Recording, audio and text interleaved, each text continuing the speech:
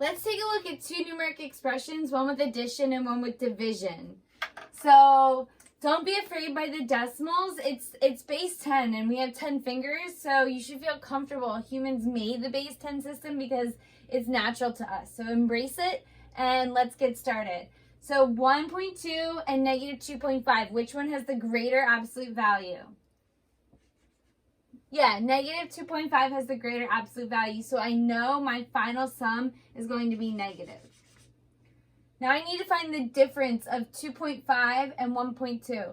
It might be easy to just think of what's 25 minus 12? 13. So this is the same situation, we just move that decimal back. So 2.5 minus 1.2, we get 1.3. So the sum here is negative 1.3. Remember, you can always use a number line to get your bearings. If you're at positive 1.2 and you're moving backwards 2.5, you're definitely going to cross over 0 into the negative world. How much? Well, this line is of length 2.5.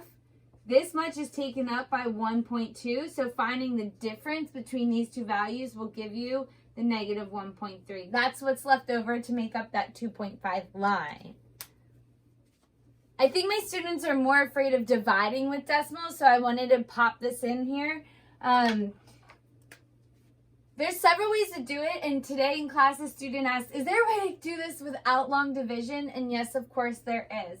So if we have 1 and 2/10 divided by negative 2.5, that negative can just come out front and we can kind of focus on the numeric part, okay? So let's use the fact that our base 10 system can hop decimal places and then the values stay the same. It's essentially multiplying the numerator and denominator by 10 to get negative 12 over 25.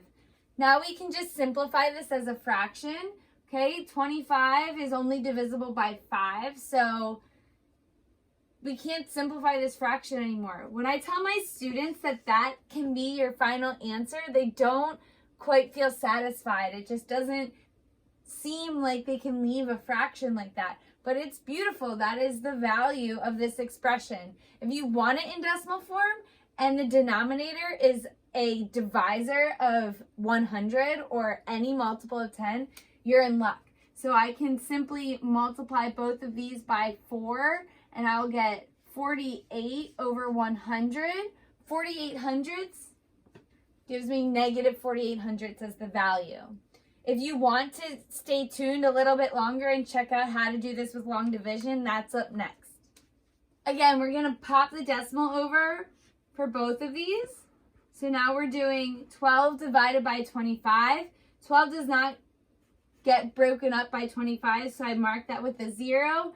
Place my decimals, add a 0 to the other side of the decimal place, and ask myself, how many times does 25 go into 120? That's 4. I subtract away 100, and I have a difference of 20. Again, 25 doesn't go into 20, so I add that 0 and bring it down. How many times does 25 go into 200? You got it, 8, and we are good to go. If you like this series and it helped you get ready for your state test, please give these videos a like, subscribe, share these videos with other students trying to get to where they want to be. I hope I cleared some things up for you. Catch you next time.